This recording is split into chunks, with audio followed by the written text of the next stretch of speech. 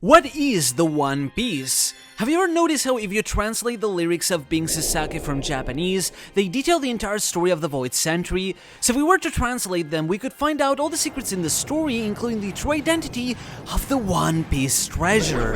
In this video, I'm going to tell you about every major mystery in the story, including who really were the people of the ancient kingdom of the God Country, the true identity of the mother of Devil Fruits Imu-sama, the purpose of the ancient weapons, the real meaning of the D initial, and who Joyboy's true identity really was. But stick until the end because I'll even tell you what I believe to be the true identity of the One Piece treasure, something that once you finally find out will flip your very understanding of this series upside down to the point that just like Roger, I promise you, it will simply make you laugh. I legitimately believe I'm not exaggerating. This is the culmination of 7 years of research. I've devoted my life to study One Piece, and I promise you that by the end of this, I will deliver to you the greatest One Piece theory you've ever watched. So I'm going to be straight with you from the get-go. I think that the One Piece treasure is Binks' sake, the laugh tale that Roger named the final island after, a story that if you translate its lyrics, details the events of the Void Century in the form of a song that makes anyone who listens to it laugh in joy. But wait, well, I've brought up this idea in the past, I don't think it's just Binks' sake, or rather we need to ask ourselves what actually really is Binks' sake.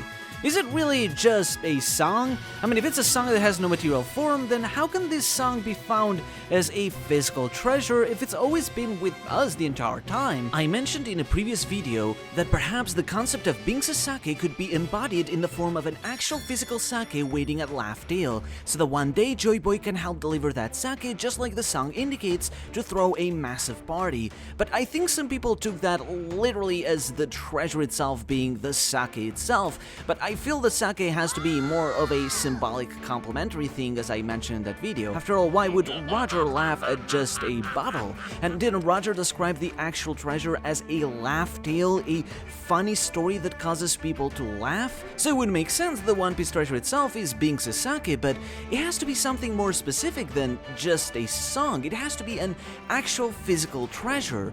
Whitebeard even described the One Piece treasure as something capable of turning the world upside down. However, this is a term that is often mistranslated to meaning a big war or conflict within the community, but actually the Japanese words used here more accurately translate to a social change, meaning that the One Piece is something that when spread won't necessarily cause a big war. That's likely going to be before the treasure is found, as Oda has actually confirmed in an interview several times, but rather could change the future of the people of the world for the better. The One Piece is something that can change society itself. But then, what kind of treasure could even do that? What is the treasure Roger laughed to at the final island? Okay, so if you're new to this channel, you may not know that something we often do is explaining and translating a lot of things that often get lost in translation from Japanese, so consider subscribing for more stuff like this. But when you translate the lyrics of Binks' sake, the verses start speaking of an ancient kingdom who lost their hometown but believe that someone in the future will fulfill their dream of the dawn by bringing the destruction of the world and delivering the proverbial Binks' sake, and I believe this is because Luffy's true dream is to throw the biggest party in the world, but not just a big party, one with every person in the world, one when he can unite the entire world together and thus share Binks' sake with all of them. Gathering all people from all over the world would be impossible, but if you were able to destroy the barrier separating the world with the ancient weapons and bring a new dawn to this world, which again are all things that are mentioned in the lyrics of Binks' sake, then perhaps such an impossibility could become a reality. Roger was too early for this. This line is often mistranslated as referring to the One Piece treasure, but chapter 968 already confirmed Roger was too early because the ancient weapons were not born yet, and thus the dawn of the world could not take place, and the societal change that the treasure is meant to bring could not yet happen, and this was likely the goal of the D clan, the people of the incredibly advanced kingdom of the Void Century. Let's recap for a moment. As we've been told, the Void Century is the story of the conflict between a certain immense kingdom, composed by the people of the D clan, versus an alliance of 20 human kings. This kingdom was aptly described as immense, but I don't think that refers to very little size, but rather to the fact that this kingdom spanned over the whole world, as it was likely composed by many smaller kingdoms that were united together as allies, almost like a pirate crew all united as one piece. All of these allies can be traced by the fact that they share the emblem of the sun, which can be repeatedly seen among all of their flags. In fact, the name of this kingdom, which Clover mentioned serves as a critical hint to the identity of its people, may very well have been the Kingdom of D, or the Kingdom of Dawn, composed by the clan of the Dawn. This is because the aim of these people was to bring forth the dawn of the world, a new era where all people in the world could live under the same sun, what Otohime always said about the sun being a symbol of equality, unity, and friendship. This ideal was symbolized in the form of Joyboy, a figure from the Void Century whom slaves and oppressed people across the world began to idolize and venerate as the sun god, seeing him as the incarnation of the dream of living under the same sun and begging him to deliver them liberation. After all, we've been told through several accounts about how horrible the world was prior to the Void Century, with many races and people being oppressed or persecuted by the tyrant kings of the human kingdoms, those that would become the celestial dragons, who were so evil that at the time many referred to them by the name of devils, whereas instead Joyboy and his allies were called gods, as before Marijua at the top of the red line was the god country, the settlement of the Lunaria. As it was confirmed by King, the Lunari were some of Joyboy's closest allies. This is because the Lunaria, as their name indicates, were part of the moon folk who descended from the moon, or Luna in Latin, from which they brought their incredibly advanced technology that we saw during Annel's cover story. They shared their technology with the rest of the kingdom, biggest of all being their discovery of the bloodline elements, the genetic code of the One Piece world. As Yonji once described, the bloodline elements represent a step into the realm of godhood, which is why the Lunaria came to be known as gods, and may even be the reason behind their incredible genetic superiority above all other races, and why they look so different from the other angel tribes. However, this technology of the bloodline elements was also put to use by a certain ally of the kingdom who presented the Lunaria with the idea to develop special fruits that allowed anyone who ate them to evolve far into the future. The myth of the creation of devil fruits states that the fruits are the incarnations of the sea devil, who blessed people with these fruits but cursed them to drown in water forevermore. But as we know, the devils of the Void Century were none other than the 20 human kings, which means that the sea devil that created the devil fruits had to be one of them, King Nerona Imu. The myth says that Umi, the sea itself, hated devil fruit users and thus forced them to drown in water, but the truth could be that Imu purposefully made devil fruits weak to water, as that would mean they would not be able to pose their power as the sea. This betrayal would even explain how Imu earned their trust to attain the world-destroying power of one of the ancient weapons, taking advantage of their trust by betraying them and forming an alliance of 20 kings in secret to overthrow the god country. These 19 devils followed Imu, the sea devil, which is why these fruits came to be known as the devil fruits. We essentially have an Adam and Eve scenario where the devil used the devil fruit tree Eve, found at the top of the red line of the god country, to trick and expel its inhabitants from the realm of God, from their Garden of Eden. And as Imu managed to pull off this gambit, history was rewritten, and what were once considered devils, the human kings, instead became the gods of the worlds, the celestial dragons. However, as Imu became king of the world, they decided to disappear from public eye and rule from the shadows to give people an illusion of equality. As such, with Imu's presence vanishing from history, the conflict of the Void Century became myth and legend. The myth starring the warrior of liberation Joyboy, a kid who could deliver joy to people by being silly and wacky with his bizarre, stretchy, rubbery superpowers, someone who could turn his imagination into reality, making dreams come true, and was a symbol of light, embodying the bright warmth of the sun, the dawn.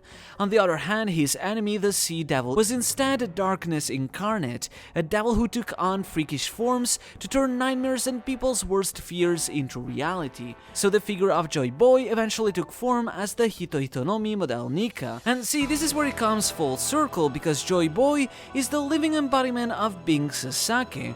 I mean, why else would Luffy, when transformed into Nika, start singing lyrics from Binks' sake? Why else is he mentioning the dawn of the world in his Nika attacks, if not for the fact that it's part of the lyrics of Binks' sake? Why else is he laughing all the time, if not for the fact that laughter is the main chorus of Binks' sake?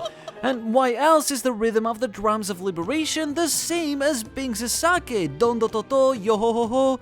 Because Nika is literally the personification of this song, of this laugh tale. But why? Why is Luffy literally a walking One Piece? And what really is Binks' sake? Is it really just a song? But as I said, if it's a song, then we already have it. What else could be waiting at Laugh Tale? What is the physical treasure that Roger laughed to that is the One Piece? This mystery seems to have no definitive answer. In isolation, none of this makes sense, but if you try and turn it on its head, suddenly it all makes perfect sense.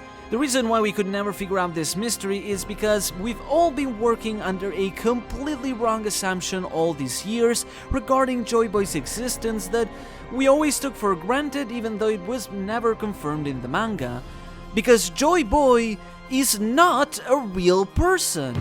In fact, if we go back through the manga, it's never been stated that Joyboy was necessarily a real human being. In fact, several characters didn't bring into question if he was even real to begin with. Did he exist, or did people just dream him up? And that's when you realize, what does the word Joyboy even mean? Is it a title or an epithet? No, it's a lot simpler than that. Joyboy is a superhero nickname.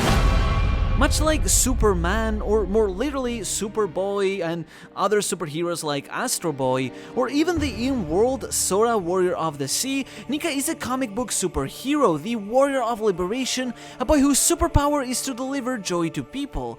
After all, Luffy has eaten a mythological Zoan fruit, meaning that Joyboy is a mythological figure, or rather a fictional character.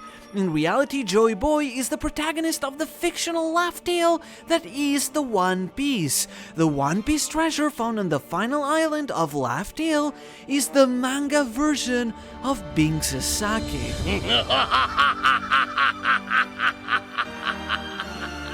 We always took it for granted that Joyboy had to be an actual person from the Void Century, that we never stopped to think the possibility of him just being a fictional cartoon character. And yet so much of his story meant to the people of the Void Century in the same way that One Piece means so much to us that some began to venerate this fictional figure like a god, praying that he could somehow be real, a dream that eventually resulted in the existence of the Nika fruit. Now, don't get me wrong, I'm not saying that an actual Joyboy didn't exist in some form during the Void Century. After all, it was mentioned that Zunisha was Joyboy's nakama, and there's even the poneglyph found at Fishman Island, the apology to Joyboy's name.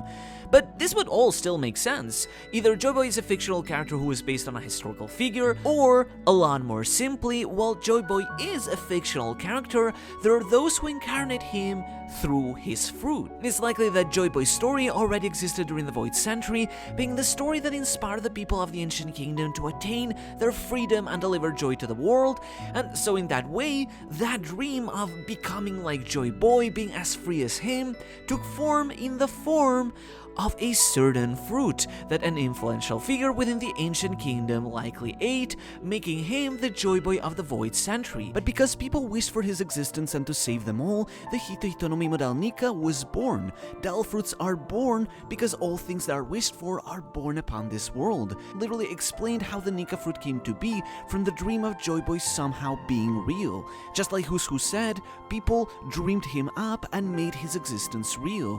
Becoming Joyboy isn't inheriting a title, it just refers to those who ate the fruit and became the character itself, with the people of the kingdom wishing that someday in the future, the fruit would choose someone else once again who could become a new Joyboy and inherit their dreams. What if maybe the exact opposite thing even happened with someone like Imu? Much like Joyboy, Imu appears to be very cartoonish in their transformations. So what if Nerona Imu was a king from the Void Century who, much like the Joyboy of the Ancient Kingdom, became the form incarnate of the Sea Devil, the cartoonish villain from Joyboy's story, which would explain why Imu is just as cartoonish as Joyboy, because both of these characters are the opposites of light and darkness from the same story, and both were incarnated by users of the respective fruits during the Void Century. But while there may have been a historical precedent, the figure of Joyboy specifically in and of itself, as we see it in Luffy's Gear 5th, is very much a cartoon character, literally something straight out of a comic strip as Kaido described it. And this is why he is so outlandishly cartoonish in his attacks, because the original story was meant to be a laugh tale, a funny comic romanticizing the story about how the warrior of liberation sought to deliver the proverbial Binks to unite the world together under the same sun in a massive party, delivering laughter to all in that way.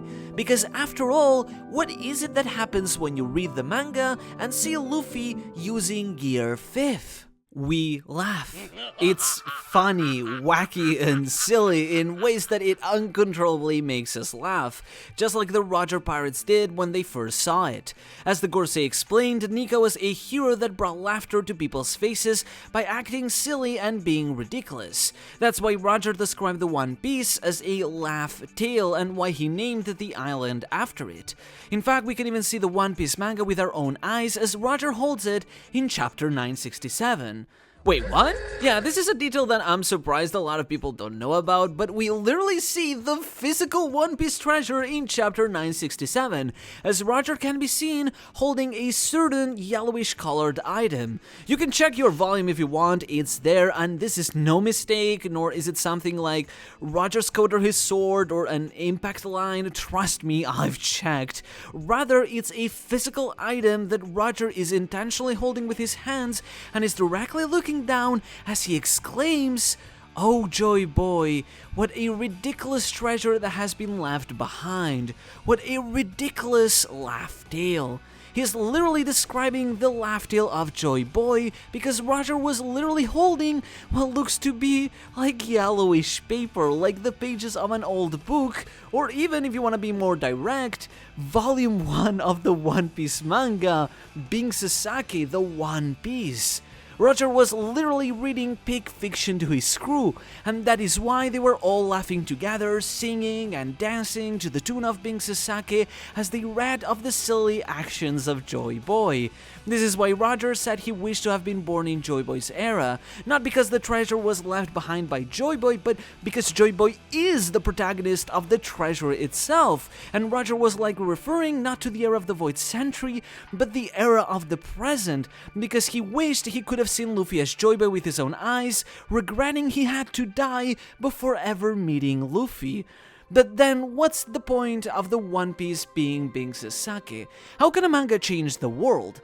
Well, to answer that, we only need to take a look at the cover of Volume 1, where if we simply zoom out, we can see the One Piece itself, the manga. Because to ask how One Piece can change the world, you need to ask yourself this first. How has One Piece changed your own world? At first glance, One Piece seems to be a comic that is silly and ridiculous. I mean, look at those exaggerated designs and comical art style. It seems like a goofy laugh tale whose purpose is to only draw laughter out of you. But then you start reading it and realize how it's so much more than that. It's a profound story, one that tackles very serious social and existential issues that plague the communities of our world. Yet it manages to explore such profound themes while still being a silly pirate story that is meant to make you laugh. It's one that teaches you to become a better person and to share that joy with other people. And thanks to that, many people who have read One Piece have managed to become better people. I won't deny that if it wasn't for One Piece, I likely would have gone down a very dark path in my life, rather than wanting to share that joy with others. It teaches many of us to throw away things like hatred and racism, discrimination, segregation, and fear, to instead embrace joy, laughter, unity, and equality, to convince the people from the world to all come together to just party and share life together. Maybe the same could be said of the in-world One Piece story, Binks' sake. It likely tells the tragic story of the Void Century, but romanticizes it in a goofy way with a cartoon style that makes it more appealing to those who read it. I mean, how can we change the world? There's only so much we can do, but realistically the ones that can change the world are future generations, our children, a theme that has been established even within the story of One Piece itself. It is important that we educate future children to think freely, to think for themselves, and to overcome their fears to instead share that equality, love, and joy with others. And while education can help do that, of course, a story will be able to do that even better. It is a more effective form of education, as those who become enamored with this world and story will want to make such values a reality in their own lives. And that's how the One Piece treasure will change the history of the One Piece world. If the story of Binks Sasaki is delivered to all across the world, future children who will grow up with it will not only understand the truth of the world, but will want to embrace that freedom and joy this story transmits, to join together in party rather than war. And this is exactly where Imu matches the parallel opposite of Joyboy. We've seen Imu doing the complete opposite by creating their own opposite of the One Piece, the comic of Sora, the Warrior of the Sea. A story that brainwashes children into believing the undisputed might and power of the world government, with Sora being literally the opposite of the Warrior of Liberation, the Warrior of the Sea, literally embodying propaganda of the sea Imu themselves. But on the other hand, the One Piece is a story that tells the truth of history and the ideals of the people of the ancient kingdom, but romanticizes it in a goofy and entertaining way that those themes can hit much more profoundly to future generations, much like the One Piece manga has done in our world as well. Even if you don't fully understand the depth of the themes the story presents or aren't as interested in them, One Piece will still share its infectious joy with you. As you see this stretchy, rubbery boy go on his silly adventures and having fun, it brings a smile on your face and liberates you from the worries and pains of your life. Luffy, having now become Joyboy through his fruit, makes his presence throughout the One Piece manga just like that of the in-world Binks Sasaki, and through that story he will bring laughter and joy to all the people in the world.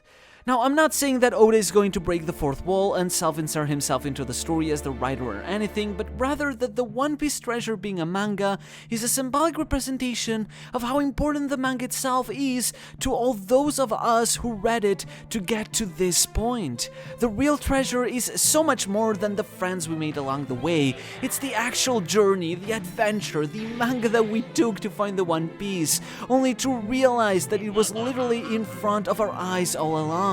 It was the very experience, all the memories, all the hype moments, all the bittersweet moments, all that we have shared with this community, all the joy, the tears, and the laughter that this silly story about a robbery boy has given us. And that is exactly what the real One Piece treasure is all about. It's the very story that has inspired us to keep on living, to keep on loving, and to keep sharing the joy with the whole world. There is no bigger treasure than the very story that brings us all together as one piece. However, this is good and all, but this is all simply a theory. How can I stand behind this theory without proving that it could become reality? Could a fictional figure really inspire people of an ancient kingdom so much to bring people from all over the world to simply party together? So to prove my theory, I decided to do just that, in real life. 2 years ago, when I published the first episode of this massive mega theory series and said that Luffy's true dream is to throw the biggest party in the world, I mentioned how much like Luffy, I also had a dream of my own, to throw the biggest One Piece party in the world. And with the help of my friends, we finally made it a reality. Luffy, our Joyboy, inspired us to make his dream come true by throwing together the biggest party the One Piece community has ever seen. We all sang Binks Sasaki together, party together, and share our united joy for this beautiful, ever-wondering, never-ending laugh tale. The story that is the One Piece.